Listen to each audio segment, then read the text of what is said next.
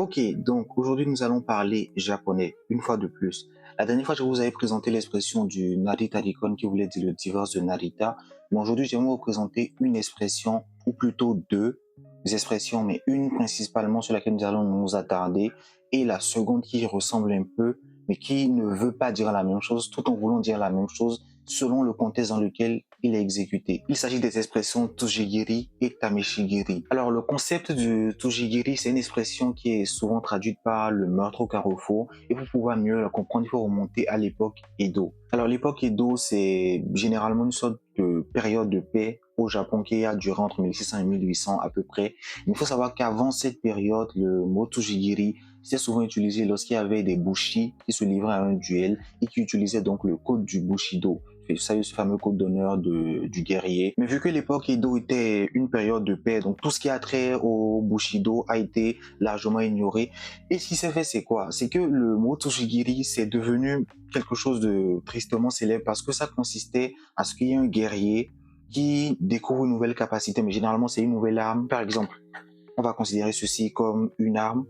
Je découvre cette arme, je me promène dans la rue, le premier passant, la première personne que je trouve, je la tue directement. Au XVIIe siècle, par exemple, il y a eu tellement d'embuscades qui ont été faites par des Ronin contre des paysans qui étaient non armés, juste pour pouvoir se divertir. Donc, c'est ça le concept de Tujigiri. C'est une personne qui va se lever, qui va découvrir une nouvelle capacité, une nouvelle arme comme ça, et qui va tester ça sur des parfaits inconnus, parfois pour pouvoir se divertir ou pour pouvoir voir à quel point cette arme elle est forte. Maintenant, nous allons parler du concept du Tameshigiri qui est un peu plus joyeux.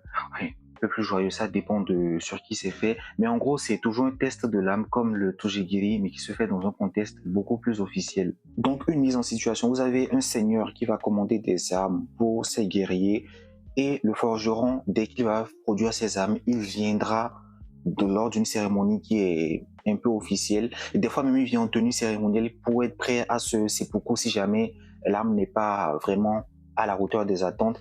Et ce qui va se faire, c'est qu'on va prendre cette arme, on va la tester sur différents objets, mais des fois, c'était testé sur des personnes qui étaient condamnées à mort ou sur des cadavres qui étaient empilés. Il y avait littéralement une sorte de mode d'emploi pour savoir comment faire, où est-ce qu'il fallait tester, et c'est quand même assez fascinant comme histoire.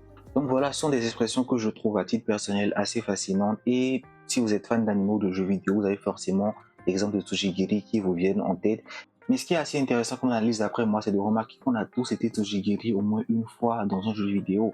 Pas forcément sur des innocents, sauf dans GTA par exemple, mais généralement lorsqu'on a une nouvelle capacité, une nouvelle arme, il y a une phase de tutoriel, on va dire, qu'on fait parfois directement, parfois indirectement, où on a cette arme et on a envie de tester ça sur des ennemis pour voir comment est-ce qu'elle fonctionne et c'est quoi ses différentes capacités. Pour finir, je ne peux que vous conseiller de lire Tameshigiri, l'histoire et le développement des épreuves du sabre japonais, qui est un livre de Marcus Esco, grand fan de sabre japonais, qui a écrit plusieurs livres d'ailleurs dessus. Et si vous avez des exemples de Tujigiri, n'hésitez pas à en donner.